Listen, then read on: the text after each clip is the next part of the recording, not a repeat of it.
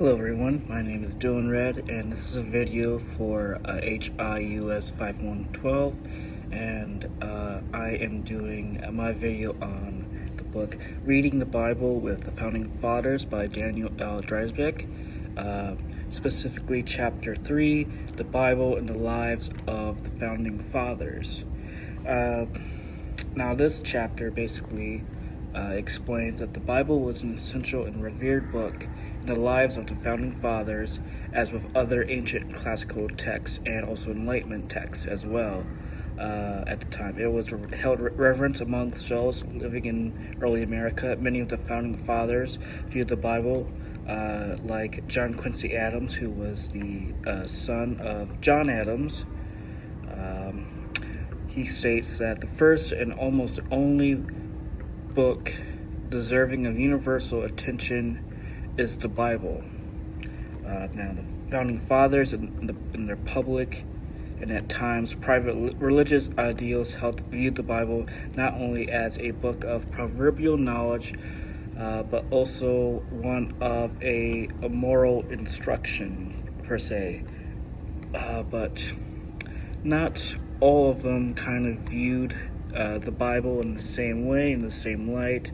In fact, the famous founder and third president of the United States, Thomas Jefferson, as seen here, famously removed significant parts of the New Testament, specifically relating to Jesus' miracles. And this is a picture of his Bible, in which you can see here removed entire sections,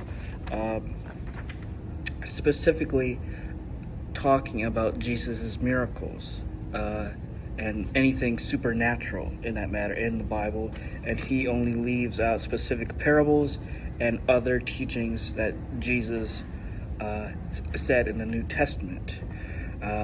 And he also did this, as said, to shed more light on Jesus' moral wisdom and teaching. Jefferson, along with others, was a deist in the parts of the Bible in which God intervenes and interrupts per se, and the deist perception of human history, with some skepticism, and they kind of viewed it as religious superstition per se. And then from a political perspective, and their own personal lives of the Founding Fathers, the Bible was quoted and alluded to in their work and views on how a moral country and structure should be based upon and run based on the Bible. During this time, ideas and influence from Enlightenment was found in the minds and works of the Founding Fathers, and according to the author himself, Daniel Dreisbach, and who quotes Donald S. Lutz, the Bible accounted for roughly 1/3 of the citations in the sample. The Apostle Paul, he reported, is referenced about as often as Montesquieu and Blackstone, and the two most cited secular authors, and Deuteronomy is also cited almost twice as often as all of Locke's writings put together. Now that just goes to show the importance of the Bible, that it cannot be understated in the lives and the works of the Founding Fathers, their views, their writings, and how that influenced them into building the Republic of the United States of America, and how they intended and viewed the Bible in its moral, religious, and even just philosophical perspective on how to run a moral and enlightened country. Old Testament, for example, was used specifically for its Mosaic law and as a record of God's providence towards his nation of Israel.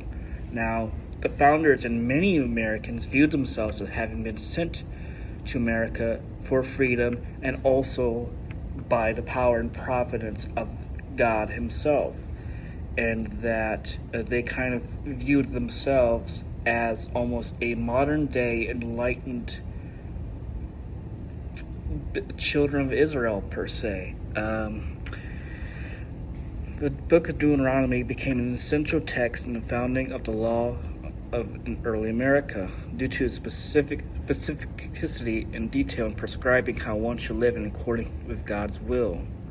Now, the only difference is, as you can say, is at the time of their writing and how their illusions kind of break apart. Israel did not have a king, or how they connect, Israel did not have a king when the writings of Deuteronomy were made.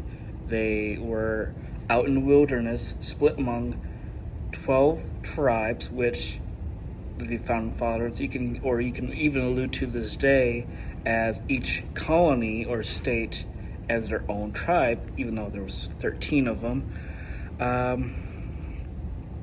And basically they could be viewed as together, the nation of Israel, as a republic led by Moses, who was appointed by God, and enlightened as well.